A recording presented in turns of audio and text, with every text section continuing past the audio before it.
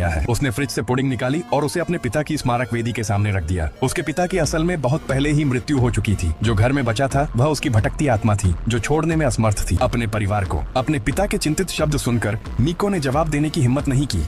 अगली रात जब मीको बस स्टॉप पर इंतजार कर रही थी तो एक और आत्मा ने उसे परखा। बाहर से शांत, अंदर से डरी हुई, उसने अपनी अनभिज्ञता का नाटक बनाए रखा। लगातार पूछताछ के सामने मीको ने यह दिखाने के लिए अपने फोन के साथ खेलने का नाटक किया कि उसे कुछ भी नजर नहीं आ रहा है। निराश होकर नाम आखिरकार चली गई, लेकिन यह उसके बुरे सपनों की बस शुरुआत थी। जब वह घर पर अपने दांत ब्रश कर रही थी तो उसने शीशे पर अजीब हाथों के निशान देखे। पहले तो उसने उन्हें नजरअंदाज किया, लेकिन दोबारा देखने पर सूट पहने एक आदमी उसके पीछे था। उस जीव ने शीशे पर हाथ मारा, अपनी गर्दन पूरी तरह घुमाई और सीधे मीको की आंखों में देखा। उसने तुरंत अपनी आंखें मली, धूल हटाने का नाटक करते हुए। वह खुद को शांत रहने की याद दिलाती रही, लेकिन जब उसने दोबारा देखा तो वह चीज अभी भी वही थी। 20 मिनट बाद ही खतरा अस्थायी रूप से कम हुआ। अपने कमरे में वापस आकर उसने जल्दी से खोजा। अलमारियों में उसे मोटा नमक मिला। उसे एक छोटे कटोरे में ढेर किया और उसे अपने बेडरूम के कोने में रख दिया। उसे उम्मीद थी कि यह बुराई को दूर भगाएगा और उसे एक शांतिपूर्ण नींद देगा। उसने और सुरक्षात्मक वस्तुओं के बारे में खोज की और उन्हें याद कर लिया। मीको सोने के लिए कंबल ओढ़कर लेट गई, लेकिन फिर कंबल अपने आप हिलने लगे। वह जानती थी कि उसके पास कोई पालतू जानवर नहीं है, इसलिए उसने कंबल हटाया और सचमुच वहाँ एक और राक्षस था। हालांकि वह अंदर से कांप रही थी। मीको ने खुद को स्थिर रहने के लिए मजबूर किया, लेकिन जब वह स्कूल पहुंची तो उसे कुछ एहसास हुआ। वहाँ सामान्य से भी ज्यादा राक्षस थे और इस बार एक उसकी सबसे अच्छी दोस्त यूरी से चिपक गया था। अगर आपके पास मीको की तरह हर जगह आत्माओं को देखने की क्षमता होती